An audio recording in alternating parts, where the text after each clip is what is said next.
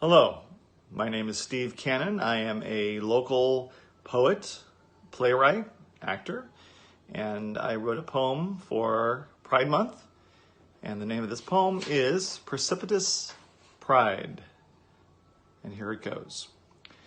Standing on the precipice, looking into the deep hole of self-doubt, feeling the pull of being accepted, feeling the pull of fitting in, feeling the need to conform to others' standards.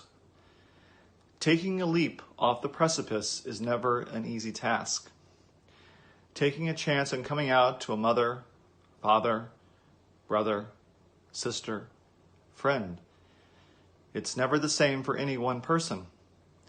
How we land varies based on our story, our history, our connections. Sometimes we fall upon landing. Sometimes we land on our feet. But it's all about what we do after we get up. Do we run and hide under another rock? Do we step forward and look up proudly to the sky? Do we claim who we truly are? Are we proud of the person we have become? Do we continue to live a lie? Do we embrace our true self? Being proud of who we are varies for every person. There are many roads to finding pride. Some roads are rocky, some roads are smooth, and some are impassable. No matter what road you are on, the destination is always the same. Acceptance, love, inclusion. Everyone longs to be accepted. Everyone wants to be loved. Everyone craves inclusion. Pride happens when you feel accepted. You feel loved. You feel included. There is nothing more important. There is nothing more beautiful. There is nothing more right. Dirge Without Music by Edna St. Vincent Millay. I am not resigned to the shutting away of loving hearts in the ground. So it is, and so it will be, for so it has been time out of mind. Into the darkness they go, the wise and the lovely, crowned with lilies and with laurel they go. But I am not resigned. Lovers and thinkers, into the earth with you. Be one with the dull, indiscriminate dust. A fragment of what you felt, of what you knew. A formula, a phrase remains, but the best is lost. The answers quick and keen, the honest look, the laughter, the love, they are gone. They are gone to feed the roses. Elegant and curled is the blossom.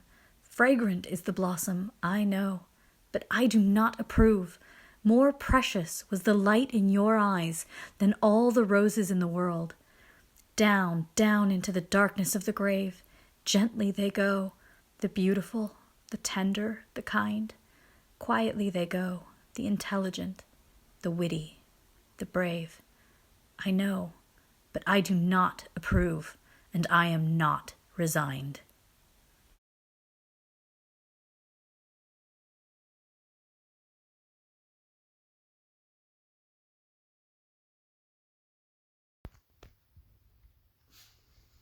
Closeted, the same parts. I stand in a dark room filled with fear and resentment.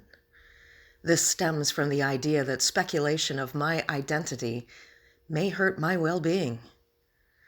This dark room soon enclosed me for plenty of my childhood year and became a sense of need. Hiding felt like the chains around my body, but also protected me like armor. I desired to be free, but when I tried to reach the door in front of me, these chains pulled me down to my knees. I can feel people on the outside trying to look in, their eyes filled with acceptance and protection, but mine were armored to be vulnerable. They struggled to get inside and see, but I struggled to get out and perceive a new view. A knock resonated from the door, almost as a reminder, an alarm that I would snooze because I was not ready to wake up. A lump in my throat began to build, filled with words I would not have the strength to hold. Everything came up roses, and I threw up a garden. I could only lay in the flowers and say such relieving words. I am gay. Closeted vulnerability. Vulnerability. Being open meant being free. Being free meant being vulnerable. Vulnerability meant having cuts all over your body that bleed crimson red without restriction. It wasn't pain that I felt from these wounds, but liberation. The same door that compressed me for so long became a new path of life for my future. The first step outside this new path exalted the pure adolescent nature that was embedded in my body. Letting out a deep secret so massive relieved weight on my shoulders that pushed me down as I reached for my truest self. I could look at my reflection and finally recognize the person looking back at me. I was a stranger that I had the pleasure to get to know. This is what coming out feels like.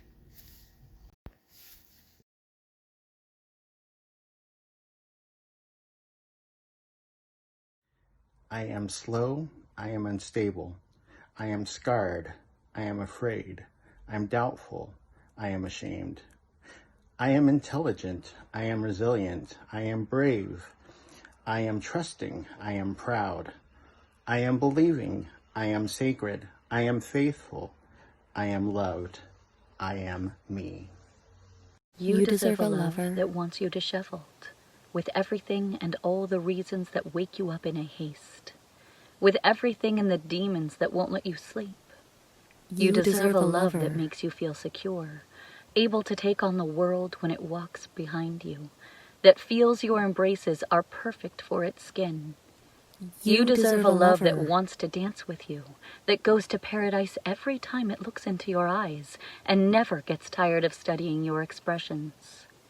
You deserve a love that listens when you sing, that supports you when you act like a fool, that respects your freedom, that accompanies you when you fly and isn't afraid to fall. You deserve a love that takes away the lies and brings you illusion, coffee, and poetry. Spell to Find Family by Chen Chen. For Kundaman. I thirst for the starlight that opens elephant skin. I thirst for the raven conjugated into riven by summer storm. My job is to trick adults into knowing they have hearts. My heart whose irregular plural form is Hermes. My Hermes whose mouths are wings and thieves, begging the moon for a flood of wolves, the reddest honey. My job is to trick myself into believing there are new ways to find impossible honey. For I do not know all the faces of my family on this earth. Perhaps it will take a lifetime, or 5, to discover every sister, brother, heartbeat elephantine, serpentine, opposite of Saturnine. I drive in the downpour, the road conjugated into uproar by hearts I do not know, by the guttural and gargantuan highway lion, the 18-wheeler whose shawl of mist is a mane of newborn grandmothers. Poems in Prose by Oscar Wilde. The Disciple. When Narcissus died, the pool of his pleasure changed from a cup of sweet waters into a cup of salt tears, and the Oreads came weeping through the woodland that they might sing to the pool and give it comfort. And when they saw that the pool had changed from a cup of sweet waters into a cup of salt tears, they loosened the green tresses of their hair and cried to the pool and said, We do not wonder that you should mourn in this manner for Narcissus, so beautiful was he. But was Narcissus beautiful? Said the pool. Who should know that better than you? Answered the Oreads. Us did he ever pass by, but you he sought for, and would lie on your banks and look down at you, and in the mirror of your waters he would mirror his own beauty. And the pool answered, But I love Narcissus, because as he lay on my banks and looked down at me, in the mirror of his eyes I saw ever my own beauty mirrored.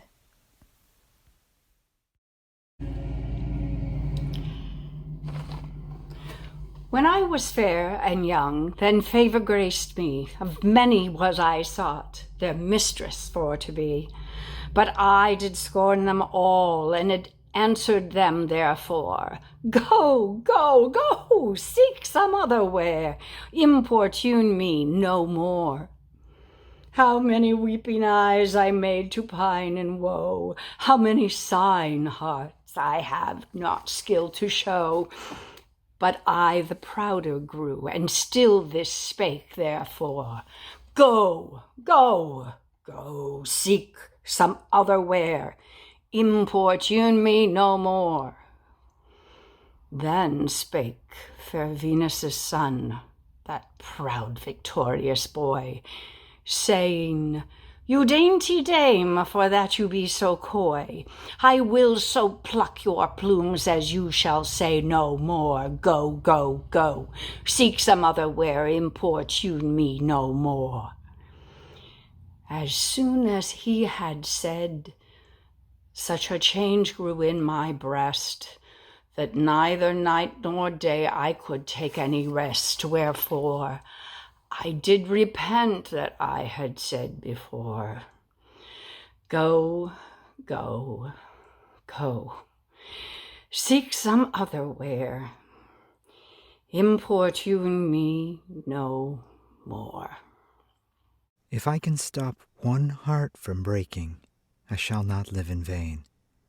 If I can ease one life the aching, or cool one pain, or help one fainting robin unto his nest again, I shall not live in vain. Things Haunt by Joshua Jennifer Espinosa.